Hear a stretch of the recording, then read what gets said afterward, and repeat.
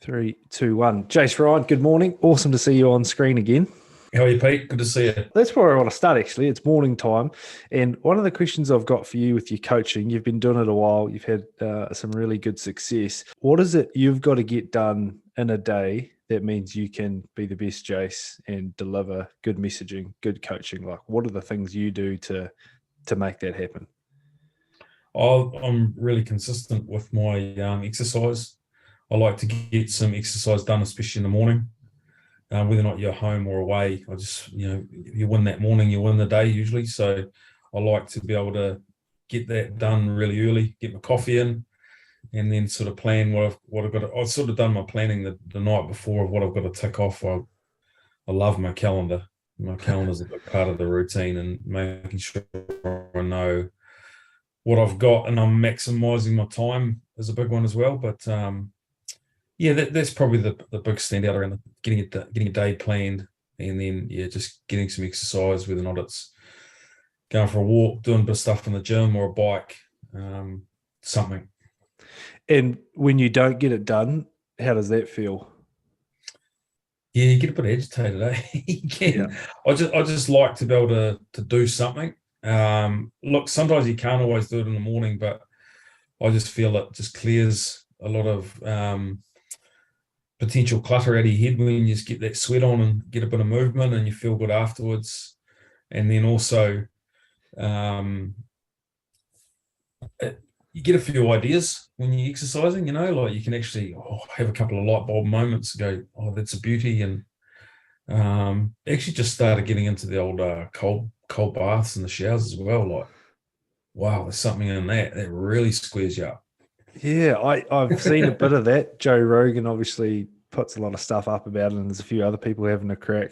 So I haven't had a go at that way of living. And I think there's 100-day challenge you can get into as well.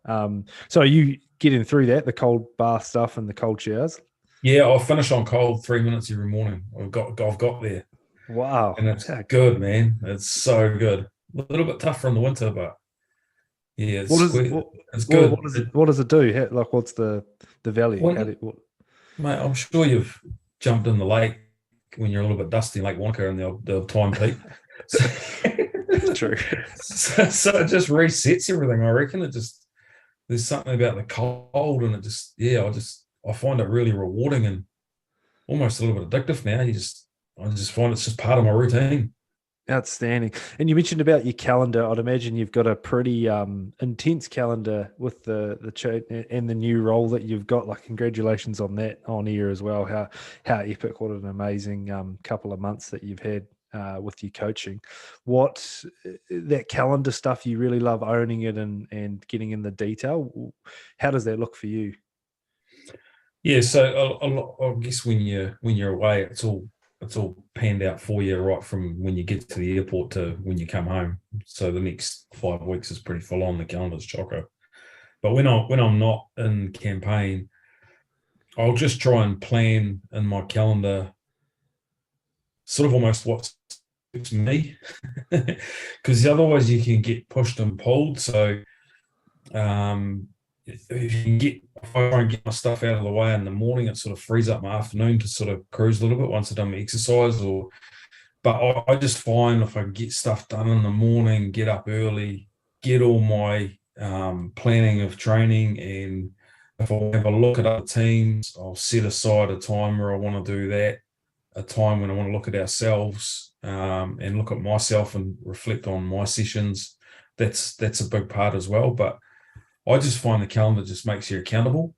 I don't like looking at it when there's nothing in it because it's Yeah. like, like you never really switch off. I don't think. I think you can wind down, but when you switch off, you the game can shift so quickly, Pete. Like you got to be on top of things and where's it trending, and I find my calendar helps that. Yeah. Outstanding. And I have to ask, you've been pulled into an environment now with the All Blacks, and I'd say probably your dream job, right? Like, you're absolutely in the position that you want to be in. How's it gone? How have you enjoyed it? What are some of the changes, the differences from what you were doing to now in that All Black environment? Oh, it's special, it's an absolute privilege, first and foremost, and I wouldn't want to be anywhere else, to be fair. And what I've got to understand really quickly is the All Black jersey demands a lot and it pulls a lot out of you. But I wouldn't want that any other way. It's really relentless in the fact that it's constant when you're in campaign, and everyone's looking, there's expectations, and but that's a privilege, like they say, the most successful people in the world have got pressure in their life.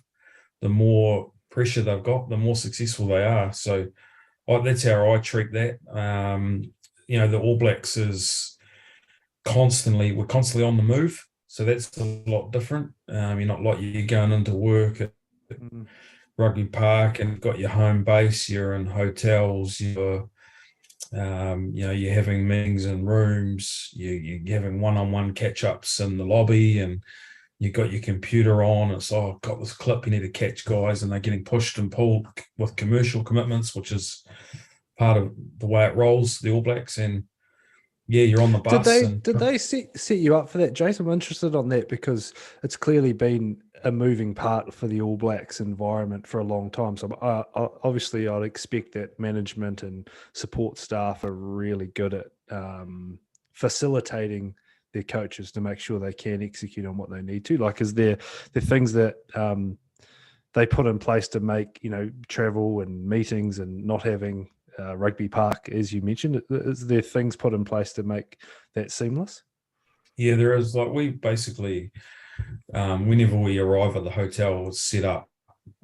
There's always a crew that's ahead of us. So we've got the team room, and that's all there.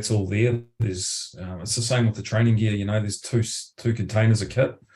One's where we are, and the next one's getting ready for where we're about to. So it's a little bit like Heathrow, I'd describe it. Yeah. But yeah, like, and they do set you up. They put you some good systems in place so that you got your own area to coach in the forwards room or whatever that is. So you're all set up. Gilbert Enoke has been unreal for me.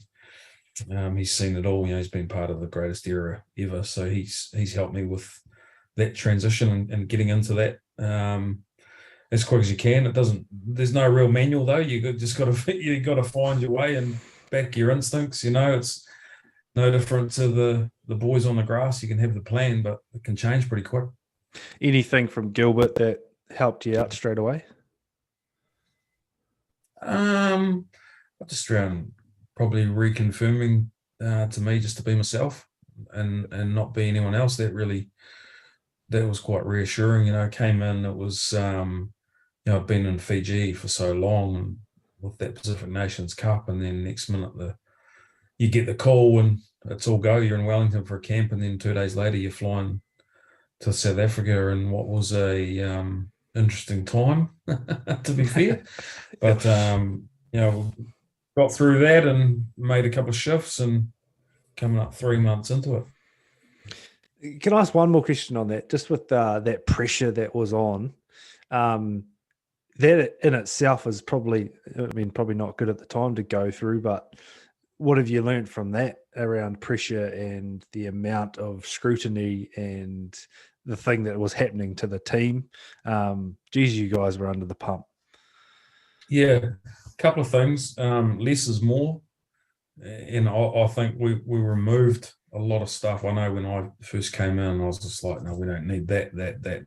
That's just got to go. This is what we need. Here's how we're going to do it and why. Got the boys to, they were really aligned. They were really clear, and removed a lot of just stuff that wasn't needed, really, because you don't have time to think in the test match. So that was important. And I guess around that pressure side and obviously what was going on, I actually read Craig Bellamy's book many years ago. I've read it probably about 4 times, Home Truths, and he talks around, he doesn't read the media when things are going well, and he doesn't read the media when they're not. So I was just like, okay, let's just get involved and get into it and just worry, just concentrate on what's here. And something the old man actually said to me, he said, I need you to do 2 things when you get over there. One's delete the stuff app, and the second one's just get into it. Yeah, great advice. Far out. So yeah. How good. And we're going to get into this, your iron back that seems to be going so well. One of the things that I just read on the website before is it was about you. He takes pride in micro detail and technical delivery. That's the quote. What does that mean? Oh, I think you just got to really concentrate on a lot on body movement. I think technical detail for scrummaging is about understanding your own body first and then how to generate power. And you'll know that yourself, understanding where to strike the ball. Like it's like golf kicking, and scrummaging is like golf as well.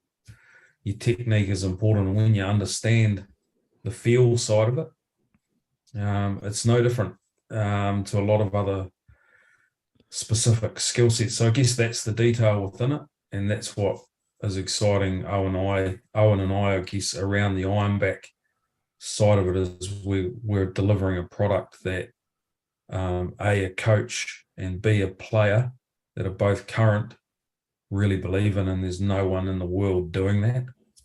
Yeah. And the micro detail side of it? The micro detail as far as binding hands, fingers, turning wrists, locking elbows, those sort of conversations. I mean, sometimes detail can be used as it's like a fashion word. You can hear people, oh, we need the detail, let's cover the detail. Oh, that's really good detail. It's like all you've said is the word detail.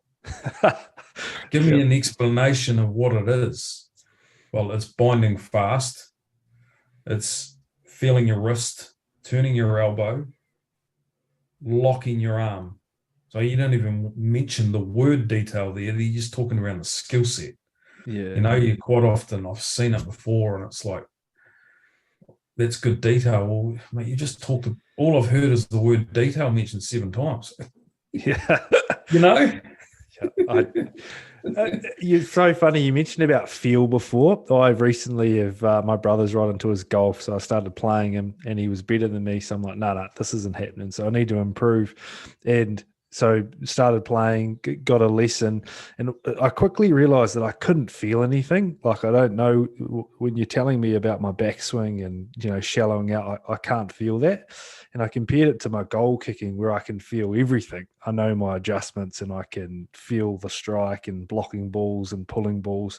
So I think it's really drive the message for me about why reps and time in the saddle and hours are so important, because you get what you're talking about, feel, and then you can make your adjustments. Yeah, awesome explanation around the detail stuff. But Ironback, mate, a lot of stuff happening, new agents, new ambassadors, a new website that looks really sharp. Probably want to start there. Like, how do you enjoy going through the process of getting the new website up? What went into that? Yeah, we were really we really wanted to be specific and unique. So firstly, we really like the brand. Ironback is something that Owen and I have talked around for many years in scrummaging. If you want to have a iron back, you're going to go right. Yep. And then we used Gorilla, which is really well known, and that always on can generate power on their legs and also on their hands, which is a little bit different to scrummaging in the fact of the hands, but your whole body's got to be moving, and they've got big thick necks. Which is, it's like props, special people. So that was how we that's how we designed that. And we were really, one thing we want with our website is when people want to go on there, they'd see the images, pictures and video content. And you know this yourself. People love that now. Like the new age rugby player as such, and that is involved in sport, they've all got phones, so they use them, and they probably watch more rugby, I reckon, now, even professional players, on Instagram than probably what they do on telly, because they're always flicking, and sometimes they're doing both. So we thought if someone goes to our website, they should be able to instead of seeing all these words and a bit of a story and a document around what the machine is, we want to show Owen using it and want to show the coach explaining the drills. And that's where we reckon it's a point of difference to any other machines on the market. And we're backing it. We're putting our names on it. We believe in it and we're passionate about it, and no one else has sort of got that. So that's what we believe is a point of difference for us. And we wanted that to come out in our website, Pete. And we believe we've done some good work there. Yeah, absolutely. And the link to that will be below in the show notes to this podcast. Definitely worth checking out. And visually, yeah, you've absolutely nailed it. The new agents, Clark Dermody and Daniel Cron, you put a post up around that. How does that setup work, and how's that going to, build? Yeah, we just wanted to involve the super franchise coaches, I guess, because they're driving it, and then if they're using it, well, the kids in the schools, that's our next opportunity where we want to really be quite aggressive and drive the safety factor. Look, there's a real shortage of front rowers at the moment, and a lot of that's because they haven't had the support around them and the right techniques and video content. So we believe those agents will help us because they're experienced, and if they're using our products, well, they'll be driving the message. They love it as well. They're also experts, Pete. Like they're expert coaches. So that if they're hanging their head on it and they believe in it, well, that helps us as well, and they're doing it for the right reasons. And then obviously we've got, Kyle Sinkler come on board as an ambassador, which has been unreal, and he's just so passionate about it. So there's nothing, the detail of the scrummaging programs that we're going to cover, and which Owen will be talking to you around later, and what they look like, and the machines, and look, we know that it's a world where people are going to copy things. We get that, but we believe they can't copy us because we've 100%. got our own brand and our own videos. If someone else wants to make them in the engineering workshop and put their brand on it, well, good on you. But they're still following. Yeah, I see that as I use a skateboard analogy for probably you and I. We see a skateboard and they're probably all pretty similar. They all look the same, all sort of got the same grip. But it's the brand of the skateboard. It's the people using it. It's the mantra, the story behind it. The product's elite. We know that, but it's what you're about and who you are as a company and people. Yeah, totally agree. They can't duplicate that. Any really awesome stories? I know sometimes we send out a kicking tee and the feedback of the first session, like, oh, mate, this is awesome, love it. Like, any good stories like that you can think of around the product? there's been some, like every machine you get an Ironback t-shirt. So Cool. So a little bit of a story around that, because we were like, well, do we sell some clothing, and we were like, how Red Bull athletes, you can't buy a Red Bull cap unless you're a Red Bull athlete, or a Red Bull helmet if it's snowboarding or mountain biking, whatever it is. So Owen and I talked around, if you buy an Ironback machine, you get a t-shirt, and that's, no one else can get them. Now it might sound a little bit but we actually think no, we want to keep it really unique, not just everyone's got an Ironback t-shirt. So we like that side of it as part of the story of the machines. I guess with what you say around cool stories, I think probably one of the best ones is probably Kyle Sinkler himself, because he approached us.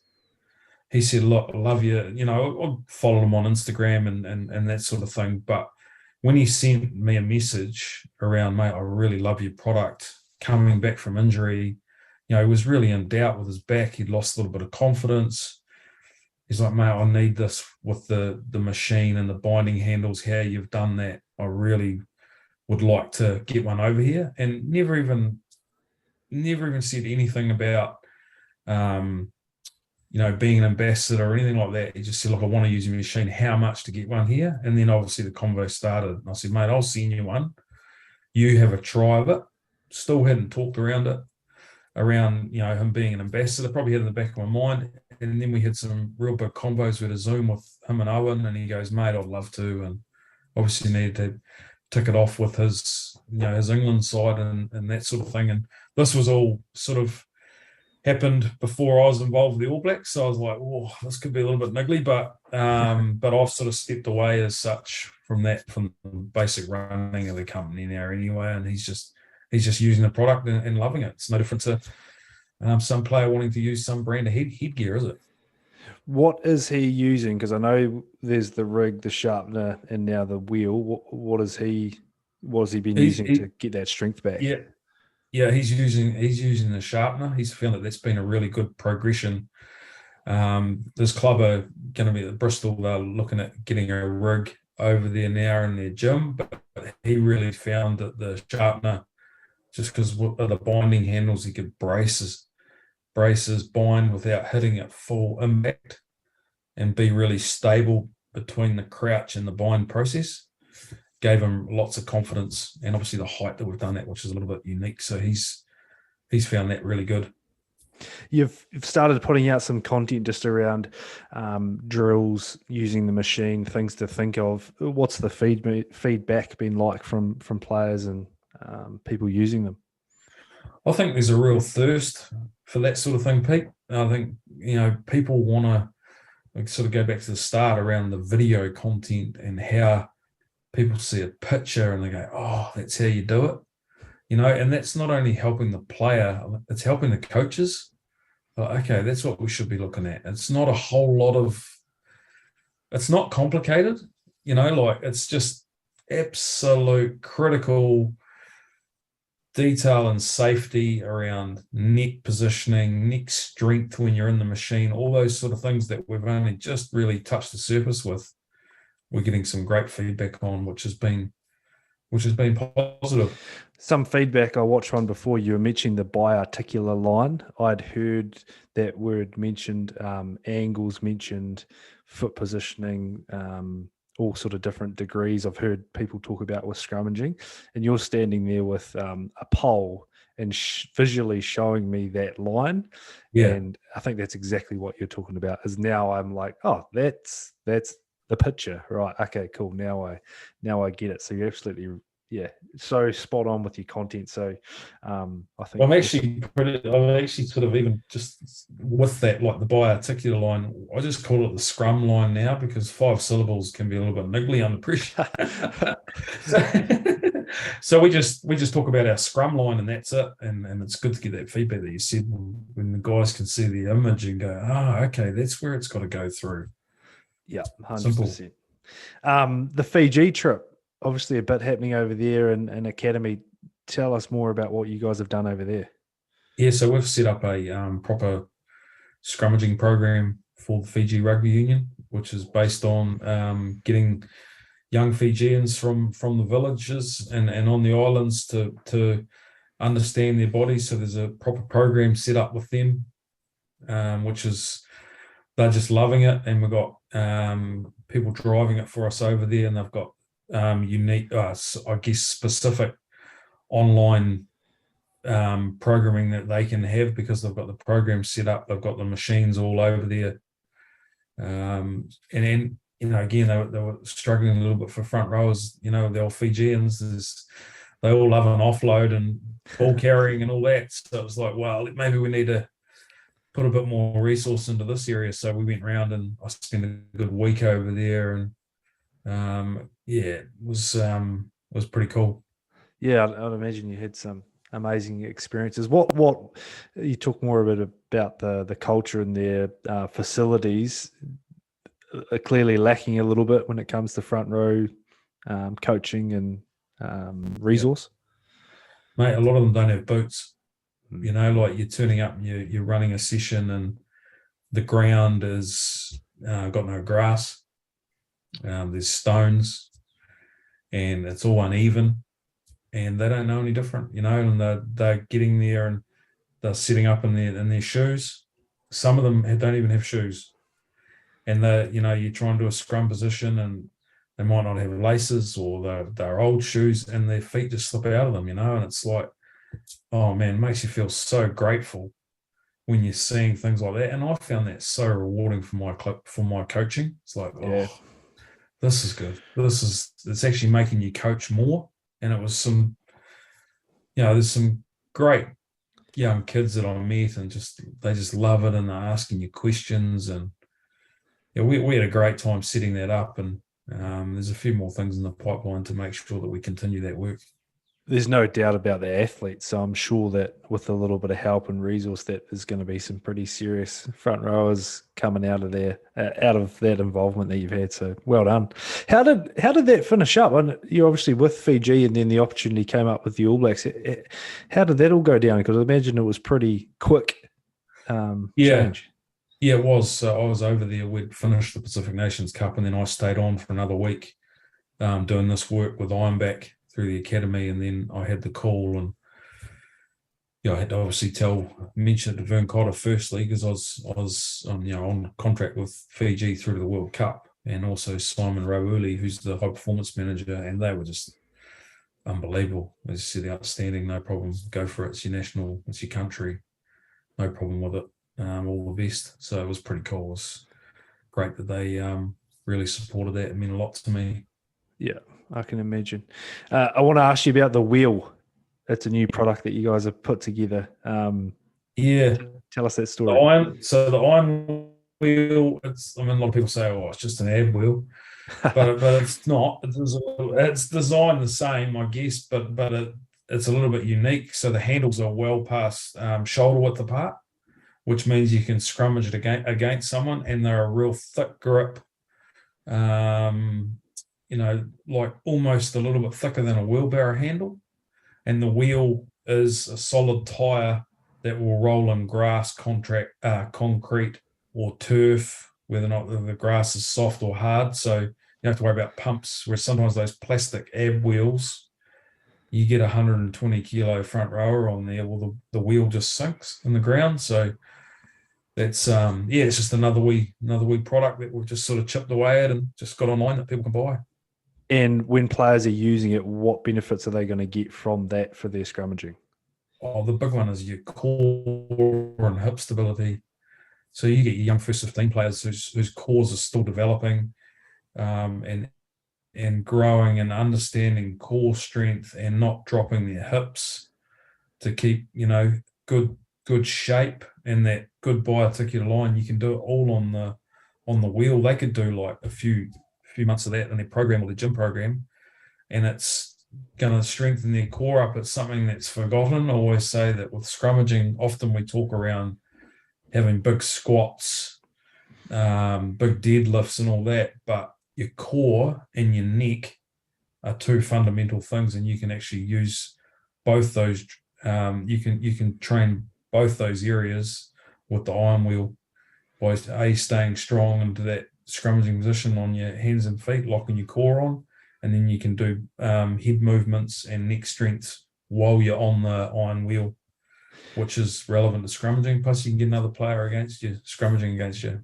Yeah, I love it. And we're not talking about using it like an ab rollout machine, which we can probably all think of the infomercials for that, are we? I suppose I just want to understand a little bit more about a player actually using it and what their focuses would be if they purchased one. Well, on the video, you can see that in the videos we've loaded, you can do it against squat rack, you can do it with bands, and the real benefits are being stable while your core's under pressure and you're in that scrummaging position. So as soon as you get into that horizontal, like walking around, if you imagine when you're walking down the street, you're really balanced. And you're balanced because your legs and your feet as you walk are shoulder width apart. As soon as you get cross-legged, well, you become unstable. It's no different to scrummaging. When you're square, you're generating power. And in the iron wheel, when you're square, every drill you do, as soon as you cross your feet or you move your shoulders out of balance and they're not in line with your spine, your head spine, right through to your hips and feet, where you're going to become unstable. But this challenges your body movements in a what's the word? Just in a scrummaging position without going crouch point set, hitting opponents. So you're actually, like I said before, you're understanding your body, so you can get that feel that we talked around, and your stability. We do it with eyes shut drills, I guess it's just a safe way to develop your movements. Yeah, outstanding explanation. You're using these products within the All Black environment. How are you using them? Yeah, so like one thing I've always said, and then I've got to realise this now, that All Blacks need coached. They need to be coached. A lot of All Blacks make the All Blacks because they're talented, not necessarily because they've had great coaching. And whether or not you played 150 plus tests, Sam Whitelock, or you're about to, you played 3 or 4 Tupo Vai, you still got to coach them both so you can raise the level of the bar both ends. And they thrive on the detail. So, we've been using the Ironbacks there, and the boys enjoy it with the binding handles. It's the same technique, the same principles, the same safety at that level.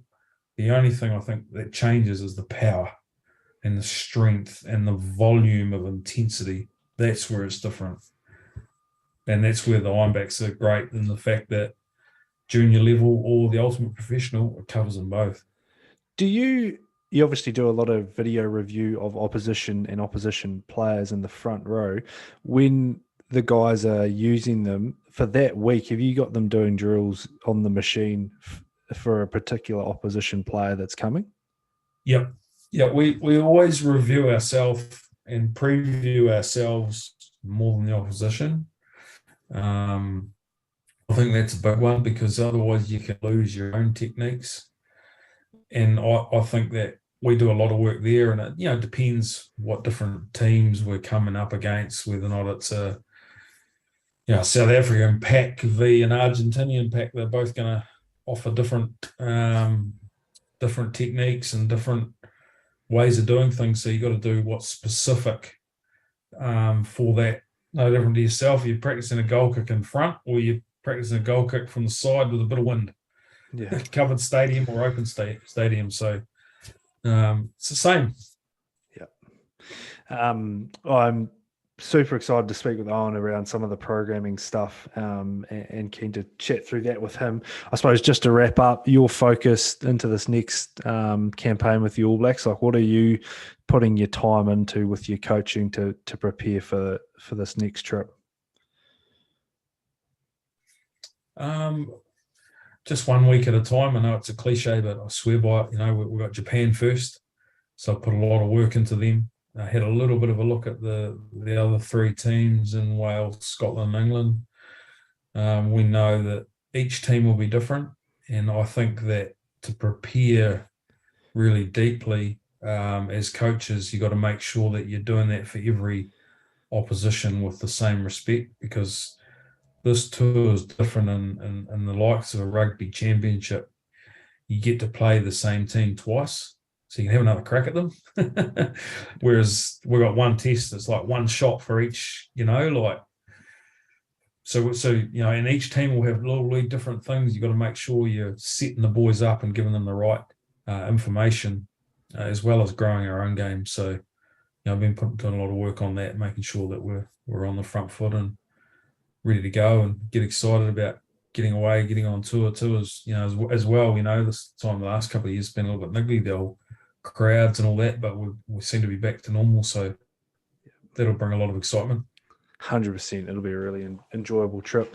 Hey, thanks very much for this chat. I'm hugely appreciative of you coming on and sharing what you're up to, and also probably just want to pass on a well done for how you've interacted with the media. I think it's been quite refreshing as All Black fans, as we all are, to hear your input, your mindset, and some of the stuff you're sharing. So, really appreciate it.